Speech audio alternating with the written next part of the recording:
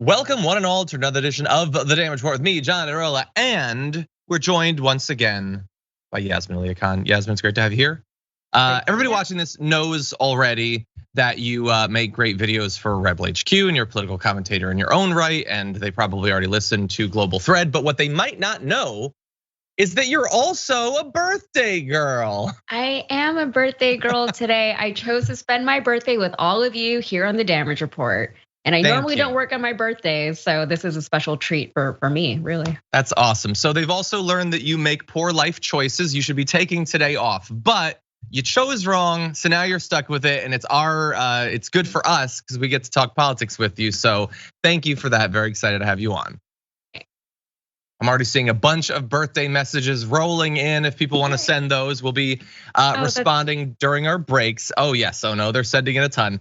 And we will be talking about them soon. But I also want to let you know that we do have a lot of news that we're going to be discussing. Not only the latest on Herschel Walker, but Donald Trump elbowing Ron DeSantis in the throat.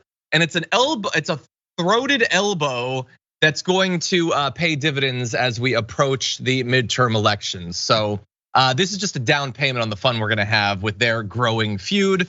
We've got more reactions to the Fetterman-Oz debate. The New York Post gets hacked. Matthew Perry decides to just make everyone in the world hate him in one fell swoop. We got a lot of fun to talk about, especially once we get into the aftermath. But in advance of all of that, if you wouldn't mind hitting the like button and sharing the stream so that people know we're live, that would be great. And we'll be responding to your comments, tweets, questions, concerns, all that during our breaks. I'm gonna throw one out though. California Dragon says, "Happy birthday." It says Jasmine. It is Yasmin. It is Yasmin, yes, but I'll take it. Do you get Jasmine a lot? I used to. I get it a lot less often now. I don't know why that is, but I used to get called Jasmine, Yasmin, like a lot of variations. It's just like it's straight just Yasmin. That's it. You know. Exactly. Well, California Dragon thought that counts. Thank you. And Lynn says it as well. Says, "Hope you're not dragon today." No, she seems full of energy. I wouldn't worry about that. Yeah, I appreciate a good pun though. Thank you. Thank you. That's a birthday pun. Okay, well, with that, why don't we start breaking down the news, beginning with this.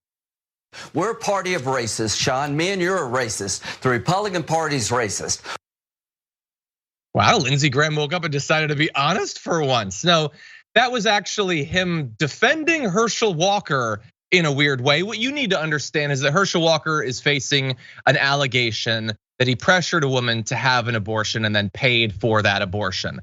I'm not referring to the other scandal where he pressured a woman to have an abortion and paid for that abortion. I'm talking about the new woman that he pressured to have an abortion and then paid for that abortion. Understanding, of course, that he doesn't believe that you should be able to have abortions. If you do, or if a doctor assists you, should be massively fined and maybe thrown in jail. But for apparently 3 decades now, he's been an active fan of the practice.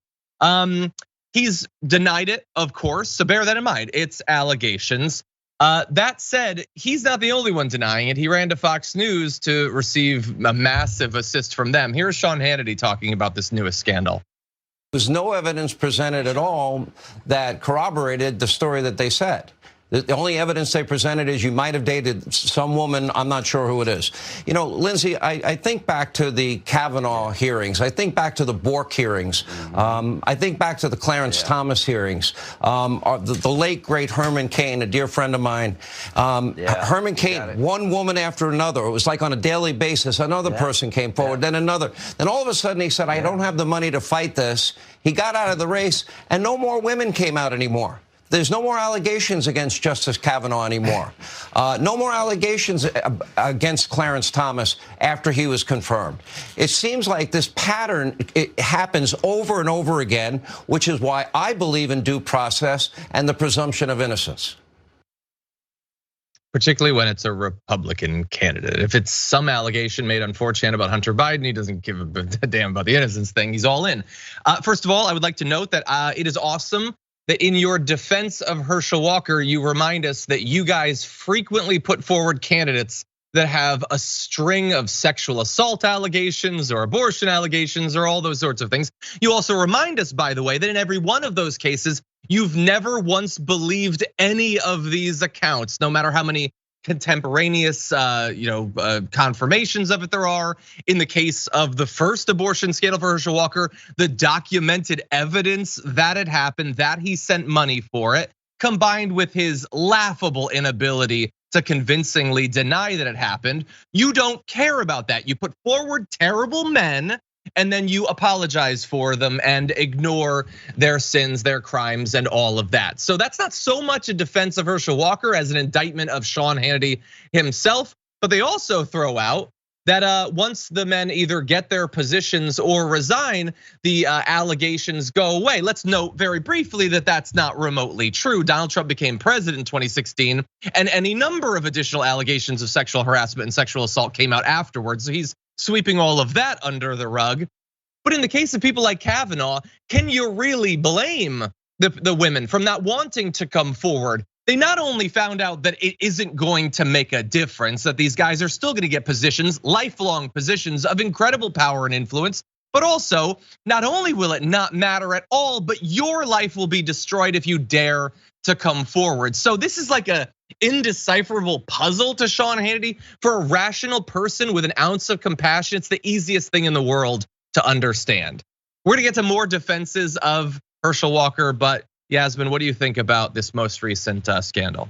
I liked how he said the late and great Herman Cain, and I don't remember Herman Cain ever being great, but that's another story. But the thing is, it's like what you said, these allegations don't go anywhere. They're still there. They're still waiting for their due process that a lot of them have never actually gotten. And then on top of that, of course, it's so difficult for a woman to come out and make these allegations against people who are not only in the public eye, but they're strong political figures, right? They're influential people in our actual national government. People like Brett Kavanaugh, he's on the Supreme Court now. How daunting would it be for a woman to come out and make an allegation against a Supreme Court justice, especially knowing that people like Sean Hannity are gonna go on his show and speak to millions of Republican voters and basically discredit her before any evidence is even allowed to come out. And even if there is evidence, they're not gonna show it. They're gonna downplay it, and they're going to discredit the woman entirely.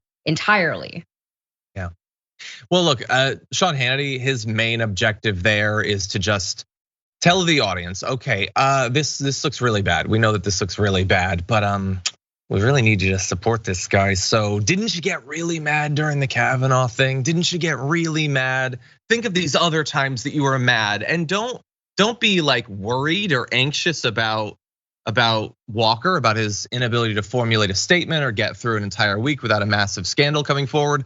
Just focus on how angry you are. That's his objective. Lindsey Graham is gonna go a few steps beyond that. Let's jump into his defense of Herschel Walker. Well, I mean, I've seen this movie before, up close and personal. If you're a conservative, they don't give a damn about the truth. They're trying to destroy his life 13 days before the election. They did the same thing to Kavanaugh. There's another one and another one and another one. It got to be 6. 3 people out and out lied. Nothing happened to them. How did that movie end? Kavanaugh is on the Supreme Court. Herschel's going to the Senate. And what is this all about? Why Herschel? They're beating all of our guys up, but what is it about this guy? He changes the entire narrative of the left. We're a party of racists, Sean. Me and you're a racist. The Republican Party's racist. Well, what happens when the Republican Party elects and nominates Herschel Walker, an African-American black Heisman Trophy winner, right? Olympian? It destroys the whole narrative. John James, Tim Scott, Herschel Walker. Everybody in San Francisco is going to jump off a bridge if we elect this man. A black conservative beats a black liberal in Georgia. Okay, I guess it destroys a narrative. If there was a narrative that you guys ever looked forward and put forward candidates that were qualified for the position or knew anything about the issues or weren't massive liars on the level of Donald Trump, if that existed as a narrative, then yes, I guess supporting Herschel Walker has destroyed that narrative. Yeah, there can be black conservative candidates. There can be black Republican candidates. That can happen and has happened. I don't know what narrative in his mind he's fighting against. Yeah, there are bad unqualified candidates of all different groups. There are rich bad candidates and poor bad candidates, and of all different racial groups and all different genders and all of that stuff. Herschel Walker is bad. Yes, it's not a totally unique thing though. I don't know why that's what you're focused on, but Lindsey Graham is actually looking to the future. So take a look at his closing argument here. They're scared to death of Herschel Walker because if Herschel Walker becomes a Republican, maybe every other young child in America of color might want to be a Republican. That's what they're trying to do. Don't let them get away with it. So the whole thing is obviously very weird. The argument is weird. Him doing his like, I'm fired up Kavanaugh hearing voice is weird. The fact that after he said person of color, he like went in for a little smooch or something. I don't know what that head thing was that he did with Herschel Walker. Like, back off, dude, seriously. I barely know you. I barely know what's going on or what day it is. I barely know you though. I don't know, Yasmin. The whole thing is super weird. Look, yeah, and you can be a member of any party you want, regardless of whoever you are. I think that's a weird takeaway, considering all that's come out during this candidacy. I don't like the whole time that Lindsey Graham was talking though, I was just watching Herschel Walker just sitting there very awkwardly. Like he's not like, was he allowed to speak? I don't know. I don't know if he was allowed to speak by his GOP overlords. But the GOP putting up somebody like Herschel Walker doesn't disprove the fact that the GOP is mostly comprised of white people. And it doesn't disprove the narrative that the GOP is primarily concerned with the rights and the livelihoods of white people. Herschel Walker, he's a trophy to them. He was put into the position that he's in precisely so that people like Lindsey Graham can go on Fox News and say the things that he just said. Anyone with a modicum of intelligence knows that there is no actual reason for someone like Herschel Walker. There's no reason why he would be or should be considered a viable senatorial candidate. He's a trophy, he's a token, whatever you want to call it, and it's insulting. And Herschel Walker lets himself be used by these people. Yeah, no, 100%. I get that that's the thing that he's going to focus on. I think that there is a lot to focus on about this candidacy and a lot of things that can teach us that are just deeply distressing. Herschel Walker's race is literally the least important part of this. The fact that he was chosen just because he was a popular athlete of any race, that's sort of weird. The fact that he has no experience. The best claims to experience that he can invoke are jobs that he made up that he never actually had. That's a big issue. The fact that of the very few things that he can claim to be clear on, for instance, being pro-life. He doesn't talk much about policy or anything like that, but that's one thing he's talked about. It clearly isn't reflective of how he's lived his actual life. The fact that he can't get through a debate, he can't get through a speech, he doesn't understand what's going on.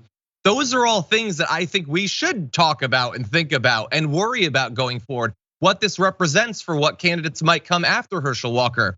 His race has nothing to do with any of that. I think for most people, just for Lindsey Graham, that's the part that he's clearly the most interested in. In any event, we've been pretty clear about what we think about this. I do want to go to a response from, we don't often talk about The View, but I did think that Whoopi Goldberg had a pretty good response to what Lindsey Graham was saying there. So let's jump into this video. Well, what happens when the Republican Party elects and nominates Herschel Walker, an African-American black Heisman Trophy winner, right? Olympian. It destroys the whole narrative.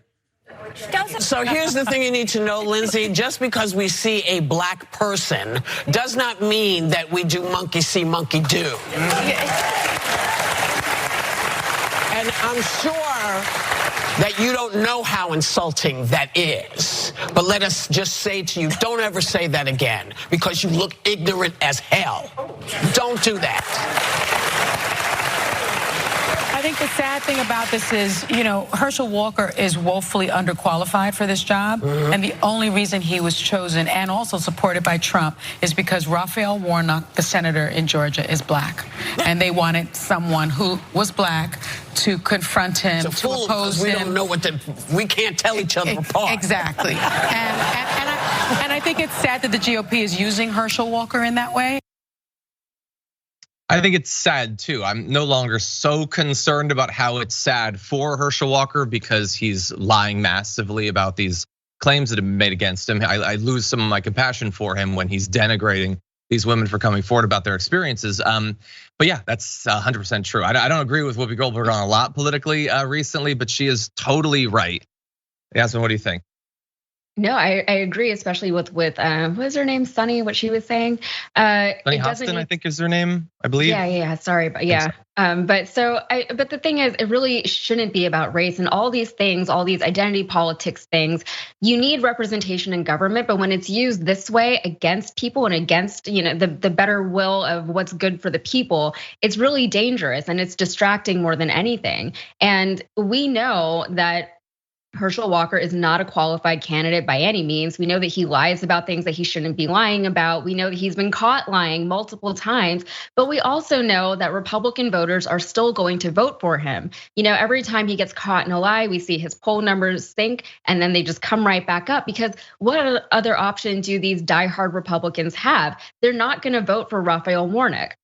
They might be annoyed and disappointed in the things that Walker says, but they're still gonna vote for him. They don't care about the hypocrisy, they don't care about the lies, and they don't care that he doesn't actually exemplify any of these Christian values that they claim to care about so much. They're still gonna vote for Herschel Walker over a literal reverend. So that's where we are. Yeah, while telling massive lies about Warnock. No, it's the whole thing is just pathetic. It is clear what Lindsey Graham and Donald Trump and the others think about Herschel Walker, what they think about the black voters of Georgia. But this does not reflect poorly on those voters. It reflects poorly on them because this is just another form of projection.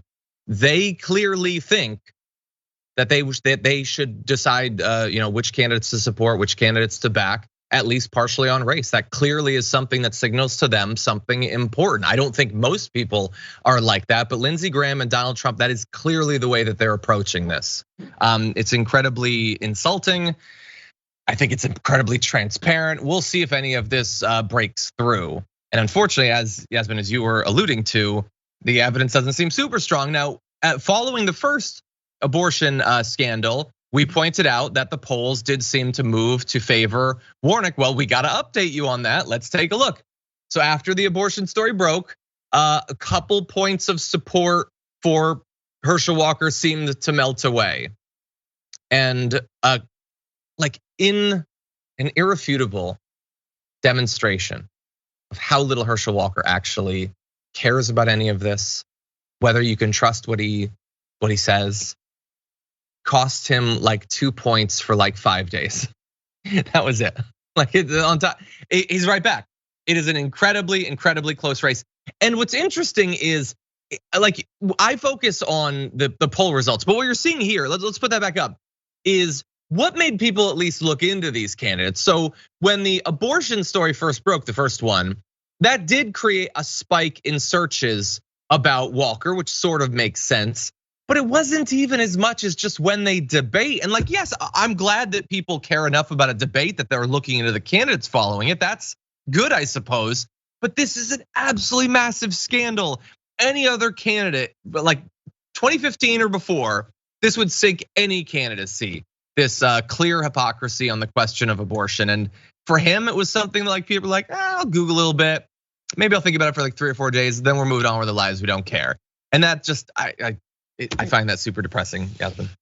Yeah, well, I mean, you said it. Before 2015, this would have been a much bigger deal. 2015 changed everything, right? 2015 was when Donald Trump announced his candidacy. That was the year that the Republican Party decided to go all in on this guy who, again, just like Herschel Walker, was unqualified for the position. He was a terrible person. He lied. He did all these things that would make a bad presidential candidate, but they backed him anyway. Yeah. And not only that, but they rallied support from Republican voters. So now we have like an entire subsection of our country that's, fully invested in the cult of Trumpism. That's what we've created. That's the country that we live in these days. And these are the kinds of elections that we're seeing as a result of what happened in 2015 and 16. Yeah, 100%. Well, I think we're gonna go to our first break just a little bit early. When we come back though, we've got some responses to the Fetterman and Oz race, including John Fetterman talking a little bit about the meta commentary about that debate, what it says about American politics. We'll have that for you and more after this.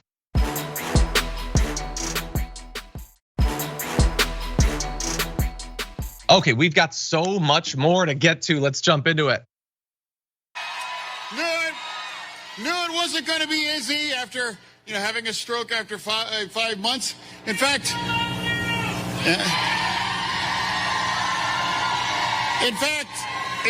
I don't think that's ever been done before in American political history before, actually.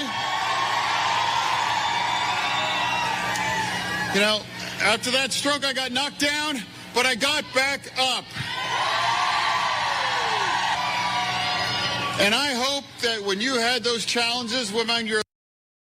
So that is John Fetterman a day after his big debate with Dr. Oz. And I think he understands, as most did, that it did not go super smoothly. He had some good lines, and Dr. Oz massively embarrassed himself in a number of different ways, which we'll talk about. But it was tough, and he acknowledges, I'm still recovering from the stroke. I'm trying to get back up, and having the doctor as well as so much of the media constantly hitting him in incredibly unfair ways, that does suck. And we are indeed seeing that under the guise of we're just asking questions. It is not just Fox News that is trying to implant in the minds of viewers that this is a disqualifying thing. The fact that the guy might have a little bit of trouble hearing or speaking. You had Wolf Blitzer asking literally the press secretary for Joe Biden, does he have any concerns about Fetterman after the debate? I think that's a fair question. I think, Joe Biden probably is considering switching over to Dr. Oz because Fetterman stumbled a bit. That's probably what's going on, Wolf Blitzer. Totally fair debate, totally reasonable for a really influential journalist to be asking. You have Jake Tapper bringing on CNN's medical analyst to talk about the severity of his significant neurological injury. And they go beyond that. It's not just vague. He has a specific concern that's really gonna make a lot of people worried. Let's go to that video. You said you think this is more than just an issue with auditory processing, which is what some reporters in the campaign seem to be suggesting, that he hears the words, but he's just having trouble computing what they mean. It takes him a couple seconds. You say he also has expressive aphasia. What is that? Yeah, so he's had an injury to his brain in the area that helps someone process speech. So most people have thought that Mr. Fetterman's injury was how he processed sound, which is why they gave him the prompter. But what was really apparent last night was that he has expressive aphasia. Oh my God, that's actually really concerning. I mean, like as that guy says, a lot of us just thought that he had a problem with communication, but it's something beyond that. It's this expressive aphasia.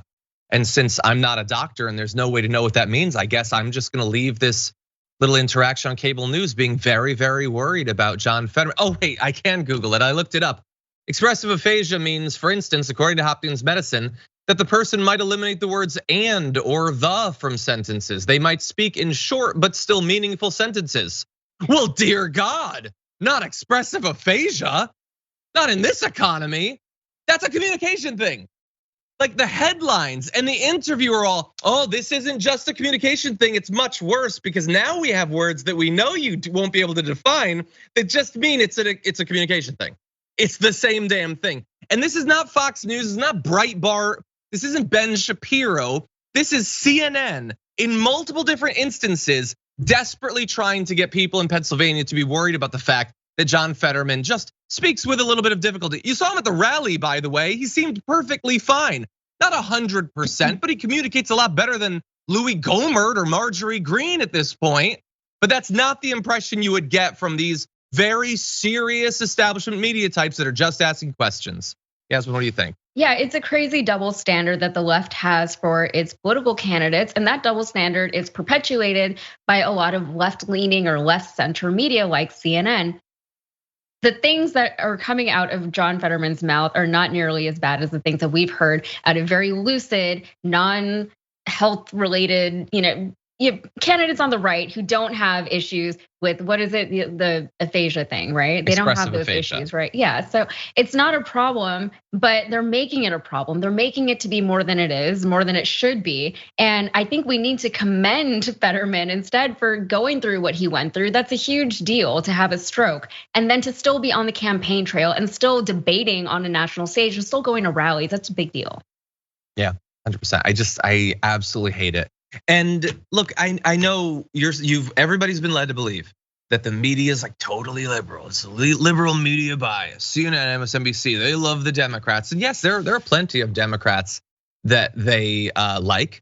And so it might make people wonder, well, then why the hell would they want Dr. Oz? And I don't even know that they actively do want a Dr. Oz. I know that they love pretending that they're neutral or whatever, when that's only about ideology. When it comes to protecting the status quo, especially the financial status quo, that is always where their bias is going to lie. So they might disagree with Dr. Oz on some social stuff or something, but if they think Dr. Oz is going to deliver business deregulation or let CNN merge with other networks or keep their own personal income taxes low, they can ignore the social stuff. That's just fun and games. That's just the sport that they watch or whatever. What they really care about is their taxes. And they probably have made the decision or the determination that Dr. Oz is gonna be a more reliable vote to keep their taxes low, or possibly even lower than they are now, than John Fetterman would be.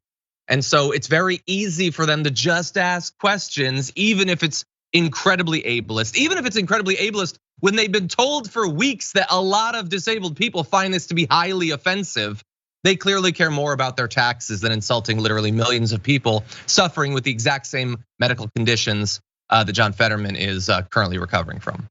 Any final thoughts before we move on? Yeah, I think what we're also seeing here is the fact that there is no truly unbiased media, right? At least here, I feel like we're more transparent about our biases, right? Like we're very upfront about it. You know how we typically feel about certain things. We know how we lean, but on networks like CNN, for instance, especially in this particular case, you see them trying to play that two sides kind of thing. And that's part of what we've been seeing with CNN specifically lately, since they've been under new management. They're trying a new thing, right? And I guess this is where it gets us, this is where we see them trying to pretend like they're not as biased as maybe they are, and maybe try to pretend like they're trying to look at both sides and trying to pretend like they're actually getting down to the crux of the issues, right? But at the end of the day, they're hurting a candidate. It is ableist, as you said, and it's not fair, right? It's a really much higher standard that they hold candidates on the left to than the candidates on the right. 100%. Yeah. It's not to say that nobody will mention the fact that Dr. Oz reminded everyone that he's gonna let the county dog catcher choose what happens to your uterus or whatever. They might briefly mention that. And how many dogs did he kill also, right? Didn't he kill Speaking of dog catchers, exactly. Yeah. But he was really articulate while he was killing the dogs, so we can ignore that. Counts for more, yep. Yeah, they don't want the debate to be about the issues because they're not supposed to say on the air what position they have on the issues. So they don't get to engage in the fun opining. But if you make it about communication and optics or are you worried, if you make it vague, then all of a sudden Jake Tapper gets to act like a pundit. It's way more fun and entertaining for him there. It doesn't do the service to your viewers of actually making sure they know what John Fetterman would do in terms of actual policy versus Dr. Oz, but it is more fun along the way.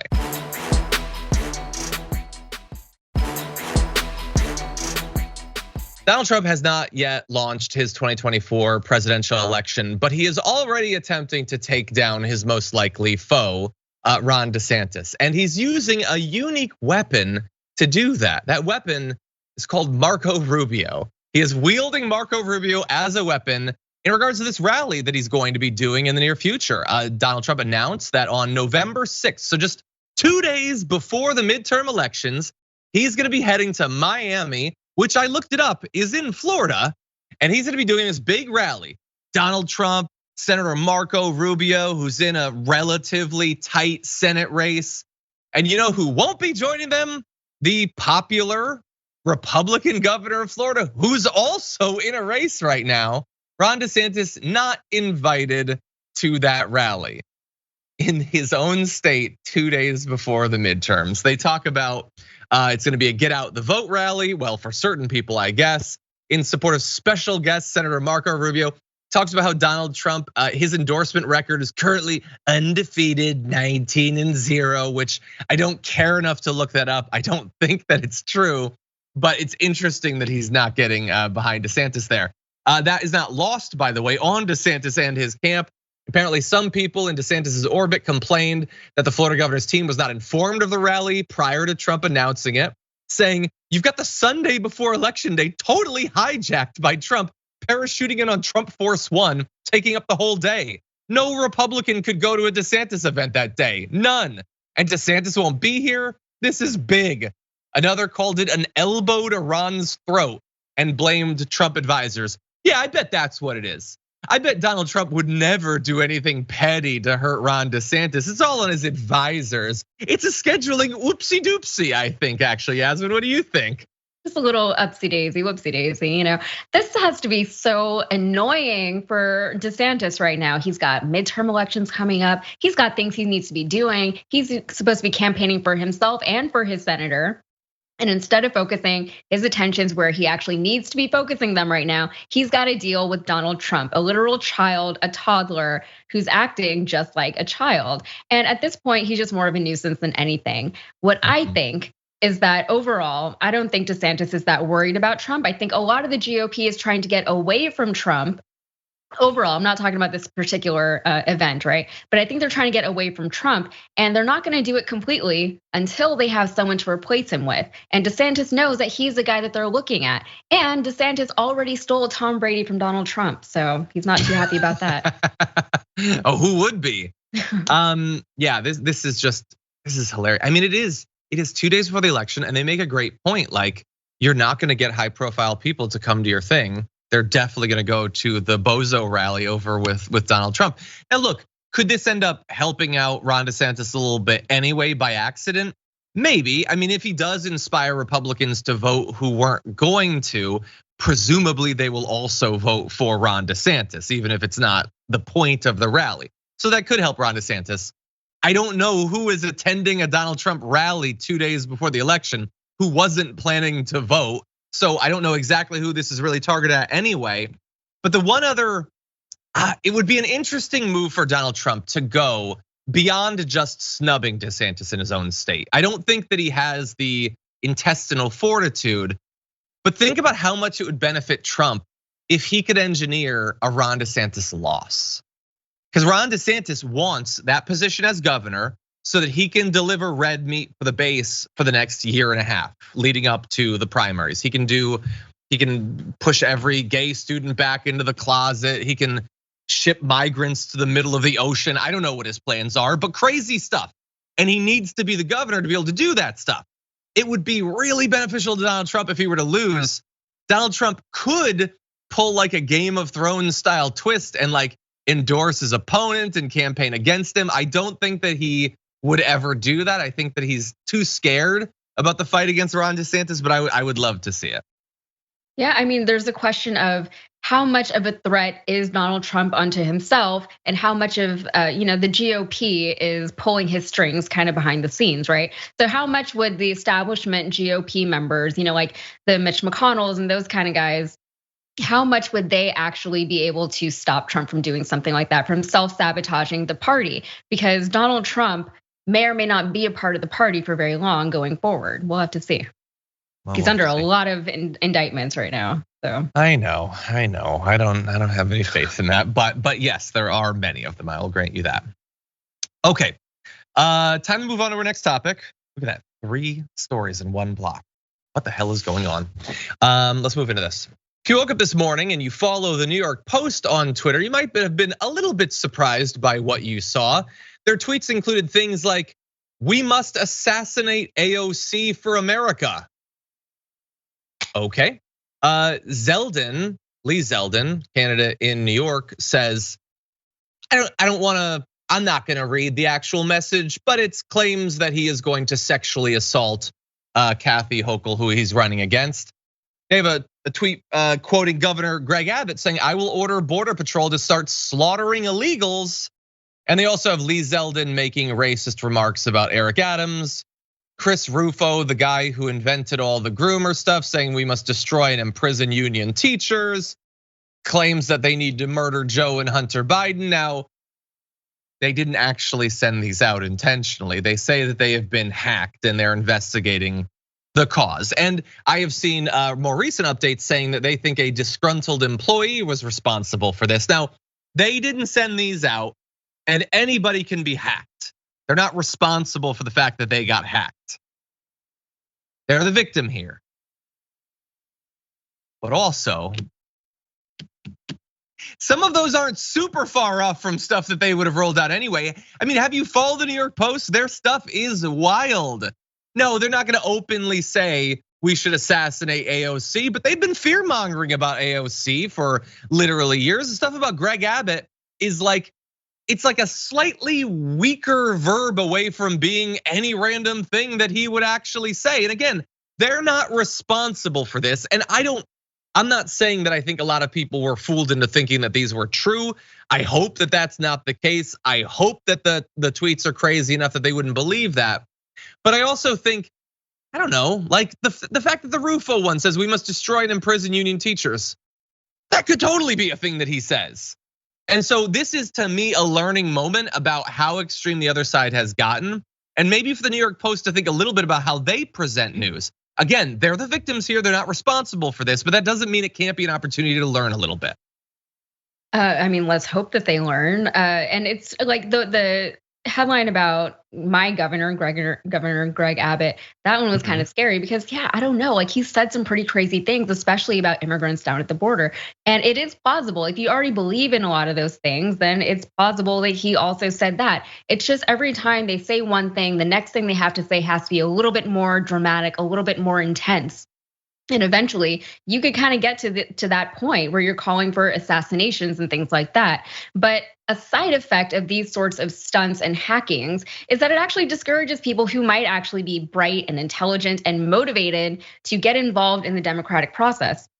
Stunts like this are not going to entice people to run for public office. It's a bully tactic, and unfortunately, it's an effective one.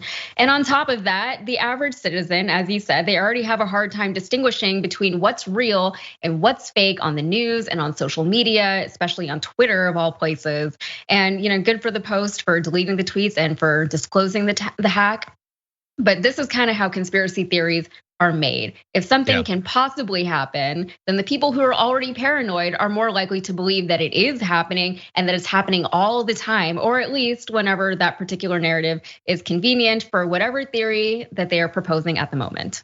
Yeah, and the only other comment I'll make about the conspiracy theory is I saw replies to their tweet saying that these were hacks, they didn't send these out. And already you had right-wingers claiming that this is a Democrat plot to make it seem as if there's more racism than there actually is. And maybe it is a Democrat. It's possible. We live in a complex universe. I can't predict literally everything, but when someone chooses to take over an outlet to make racist remarks, to call for the death of AOC and Joe Biden, I don't think we should instantly assume that it's a strong lefty that's doing that. Maybe the sort of person that would tweet racist things is racist. I know it's wild, but maybe that's a demonstration of racism and not actually proof that racism doesn't exist. I don't know, maybe something to think about.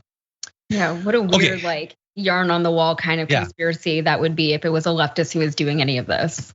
Crazy. Exactly, 100%. And now we're gonna take our second break of the hour. When we come back though, Twitter recently hacked for the New York Post.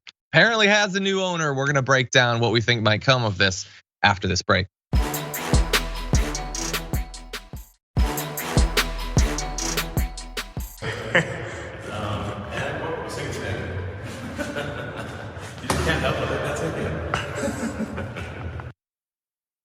He's got the kitchen sink. It's like a meme or something. He's very, very funny and clever and awesome and cool.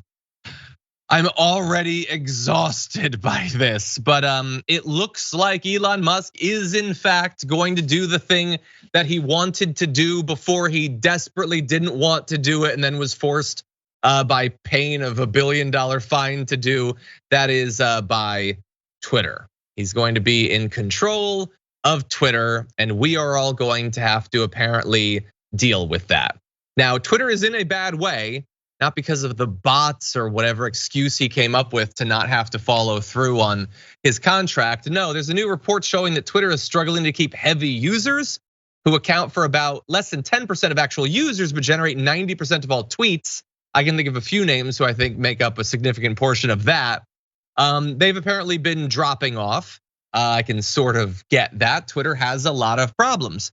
It also has a lot more coming because Elon Musk has made clear that he wants Twitter to be more like Truth Social or Parler or all these other right-wing sites, which I will have you know have existed for a bit. And if people wanted that, they could have gone to those places. Instead, they didn't. They stayed on Twitter. So it seems like a bit of a weird business model going forward to turn your product into a thing that is far less popular, already exists, and nobody wants. But whatever, I'm not the billionaire.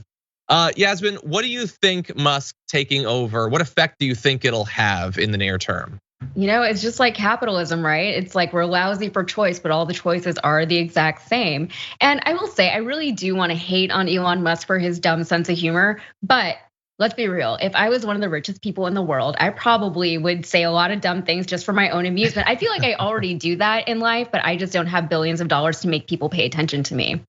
But as far as Twitter itself, I have a love-hate relationship with Twitter. It's mostly hate. I don't like the platform. I don't tweet very often. As of this morning, I thought I only had like 200 followers on Twitter, but I have way more than that. I didn't know. I never go on there. But the thing is, I actually tend to actively avoid the platform as much as I can while doing the work that I do. And this is actually because back in 2015, which we were talking about earlier, I was working in marketing, and one part of my job was to comb through Twitter every morning for content or whatever. And back in 2015, it was miserable. Trump was running for president. Obama was on his way out. The racists were out. They were bolder than ever. And all these, very right-wing, dangerous people were speaking out on Twitter. And I feel like I literally watched Trump get elected via Twitter. And I must have been one of the only people who wasn't surprised when Trump kept advancing in the race. And I wasn't surprised when he won the thing because I watched it all happen. It was the most vile and ignorant things getting thrown out into the internet with little to no oversight. And I mean, it was scary to watch. I think if Twitter goes down, I will not miss it. Faster communication is not always better. I think it's like we've all forgotten how to think before we speak, and we are hurting as a nation for it. Twitter needs something needs to happen. And the direction that Elon Musk wants to take it in, I don't think is the right direction. Yeah, and look, in the end, we don't know what direction it'll take. I mean, we know what he said he wants to do. We know what the right wing wants him to do. And Elon Musk sucks, so there's a good chance that he'll do those things, that he'll free up the Nazis and the transphobes and everything to launch targeted, coordinated campaigns to drive good people off of Twitter. It's likely that we'll see more of that, more anti-Semitism, more calls for political violence, more misinformation, bearing on elections or medicine and things like that. But we also know that he probably doesn't want to lose billions of dollars on this. And so if he does make good on his promises to the right wing, advertisers are gonna flee and people aren't gonna wanna stick around. They don't want to be in a hellhole. Twitter's bad, it can get worse. And people aren't gonna stick around if they do. He doesn't wanna lose a bunch of followers. And you know why I know he's worried about this? He put out a statement earlier today on Twitter titled, "Dear Twitter Advertisers," telling him that Twitter cannot become a free-for-all hellscape where anything can be said with no consequences. They're going to do all this to make it warm and welcoming for all. Well, not both of those things can be true at the same time. You'll note, by the way, that it wasn't a message sent to Twitter users that you don't have to worry, it's gonna be a nice place. He sends it directly to the advertisers because that's who he actually cares. But it is either gonna be the free-for-all place that the right wants, or it's gonna be warm and welcoming. It can't be both. And there's a third alternative as well, by the way. Elon Musk is very into the idea of owning Twitter now. He was also very into the idea of making spaceships, or cars, or tunnels, or flamethrowers, or robots, or whatever. He's like me with hobbies. He starts a business or buys a business, and then he gets bored and he moves on. Do you think, are you ready to bet a bunch of money that in a year he's gonna be thinking about Twitter every day? That he's not gonna have moved on to God knows what, a new game console he wants to make, or maybe he's on crypto again or something. He doesn't focus on things, he doesn't commit to things. Now that doesn't mean that Twitter isn't gonna end up sucking. If he just takes off all the regulations and then goes away and ignores it, it can still suck without his active participation, but it's entirely possible that he's not gonna be an active participant for long. Any final thoughts before we move on, Yasmin? Yeah, I mean, at the end of the day, the only thing that Elon Musk really cares about is his own net worth, right? So if he goes in the direction, like you said, on the very right wing aspect of things, he's gonna go the same way as Parler. He's gonna go the same way as Truth Social. People are not on those platforms, and they're not popular platforms because there's not that many people. Most people are not super far right wing in this country, despite what the GOP would want you to think. And despite what people like Trump would want you to think. So ultimately, we'll have to see. I'm glad that you compared yourself to Elon Musk with his, attention deficit, because I was thinking the same thing about myself. I was like, ooh, I do that a little bit, but definitely not on any kind of scale that's comparable to what Elon Musk is up to ever. Yeah, we'll see. We'll see. And honestly, like the thing is, Elon Musk is gonna be fine. Wealthy people are gonna be fine. Like, Twitter is not the same for all different types of people. All different types of people do not suffer the same sorts of harassment and death threats and threats of rape and coordinated hate campaigns and everything. And we're gonna see if the media is gonna do a good job of covering how Twitter changes over time.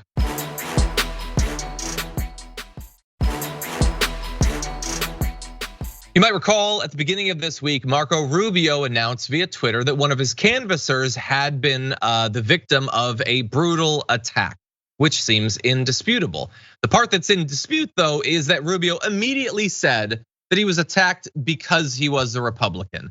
That's what it's about. This is a political thing. And almost instantly, there was reason to question that. The police said that they weren't told anything about a political motive or anything like that. And there have been multiple updates on this story throughout the week that we need to catch you up on, including the mother of the alleged assailant, the assailant, not the four people, the four animals who attacked this person that Rubio talked about. Another error in his initial tweet.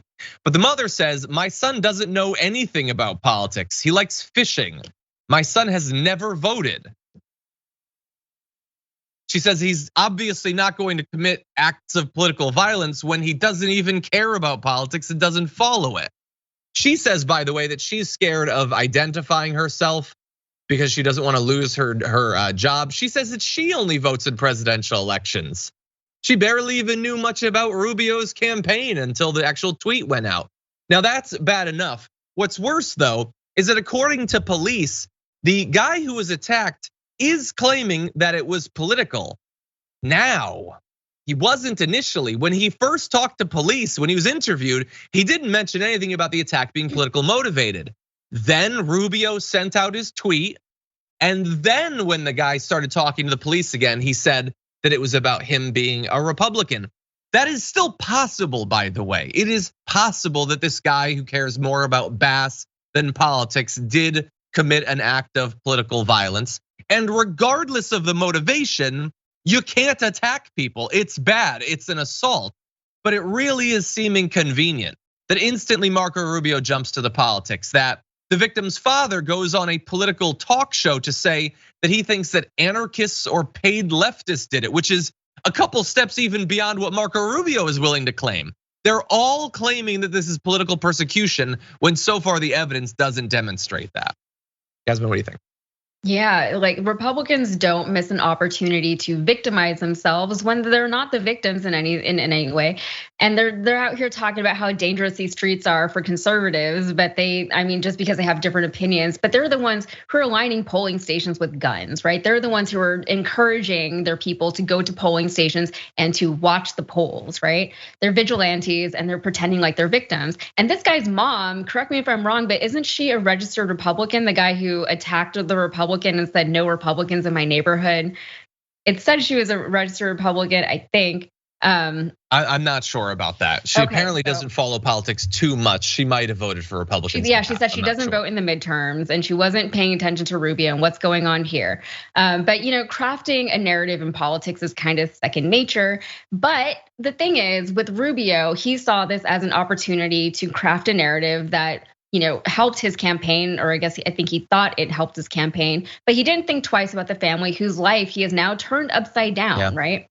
There's a guy 100%. Whose reputation he destroyed. He called him an animal publicly. And a mother was now forced to take a stance on an issue that she didn't really care about. And she even said, I might lose my job for speaking out about this. But these politicians, they don't care about people like that. Yeah, 100%. And by the way, you can hate that the guy attacked someone, without making it about politics. I think we should be able to agree on that. That is all the time that we have for our first hour, though. Thank you, everyone watching on the linear platforms and listening on the podcast. We got a lot more to talk about in the aftermath, though, so don't go anywhere. We'll be right back.